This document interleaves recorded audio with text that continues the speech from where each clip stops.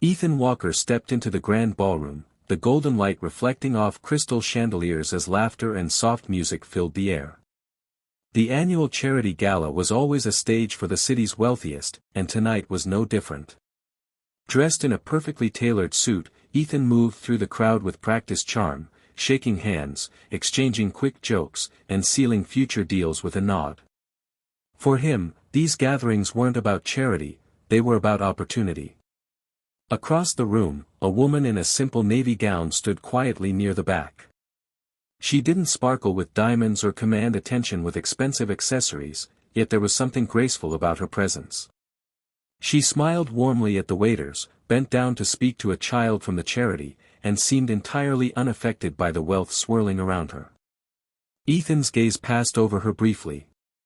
She was beautiful in an understated way, but he didn't linger. She wasn't part of his world anymore. In fact, he didn't recognize her at all. What he couldn't see, what he didn't realize, was that she had once been the center of his world. 10 years earlier, they had been married. Back then, her name was Claire Walker. They had shared dreams, tiny apartments, and the hope of building something meaningful together. But as Ethan chased money and status, Claire had chosen a different path, one that didn't fit into his vision. He had let her go without truly understanding what he was losing. And now, fate had brought them into the same room again. The night carried on with the soft hum of conversation and the delicate clinking of champagne glasses.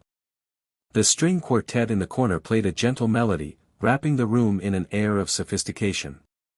Ethan mingled among his usual circle, fellow business magnates, influential politicians, and investors eager to share their latest ventures. Yet, his attention kept drifting back to the woman in the navy gown. She wasn't moving through the crowd with the same calculated networking he was used to seeing. Instead, she spoke with the catering staff as though they were old friends, laughing with them in a way that felt genuine. She knelt to straighten the bow tie of a young boy from the charity, then listened attentively as he told her a story, her eyes warm and unhurried. Ethan couldn't place why she seemed so familiar. Her elegance wasn't loud, it was the quiet kind that didn't demand attention but somehow drew it anyway. There was no flash of recognition in his mind, only a growing curiosity.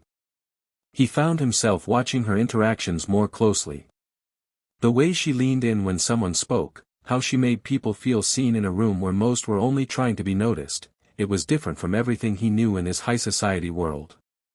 Still, he didn't approach. She was just another guest, he told himself. Yet, deep down, a faint sense of déjà vu stirred in him, though he couldn't yet see that he was standing only a few steps away from a part of his past. As the evening progressed, the host stepped onto the stage, his voice carrying over the crowd. Ladies and gentlemen, tonight we have a very special guest speaker. Someone whose life story embodies the spirit of this charity. Ethan looked up with mild interest, expecting another polished philanthropist with a rehearsed speech. But when the woman in the navy gown began walking toward the stage, his curiosity sharpened. The spotlight followed her as she took her place at the podium, the soft glow catching the calm strength in her expression. She began speaking, not with grandeur, but with sincerity. She told the audience about growing up in a small apartment with peeling paint and an empty fridge, about working 2 jobs while going to school, and about a time when she believed love alone could build a life. There was a brief pause as she glanced toward the crowd, her gaze sweeping past Ethan without lingering. Then she spoke about the heartbreak of losing that love when dreams no longer aligned, and how it had pushed her toward a purpose greater than herself. She now ran a nonprofit dedicated to helping homeless families find stable housing, giving them the dignity she once longed for. The room hung on her every word. Her voice carried both pain and hope, and there was no bitterness, only a quiet conviction that kindness could change lives. Ethan felt an unfamiliar tightness in his chest. He still didn't fully believe it, but something inside him whispered that he knew this woman. Ethan sat frozen, his champagne glass halfway to his lips, as the realization struck him like a sudden jolt. Claire. The woman on stage, the one speaking with such grace and strength, was his ex-wife, the person he had once promised forever to, only to walk away when her dreams didn't match his vision of success. Memories came rushing back with vivid clarity. He remembered the nights she stayed up late grading papers when she was teaching, the way she'd talk about starting a shelter for families in need, and the countless times he told her those ideas were noble, but unrealistic. He had chosen to climb up the corporate ladder over her vision of a life built on compassion. And in doing so, he had lost her. Now she stood in front of hundreds, not only living that dream but changing lives with it. The applause thundered through the room as she finished her speech, the audience rising to their feet. Ethan clapped, but the sound felt hollow in his ears compared to the storm of emotions in his chest, pride for what she'd achieved, regret for the way things ended, and an ache for the years they had lost. As Claire stepped down from the stage, her smile radiating gratitude toward the crowd, Ethan's heart pounded. He wasn't sure if he should approach her. Would she even want to see him? He didn't know, but one truth became painfully clear: he had underestimated her, and perhaps himself, all those years ago.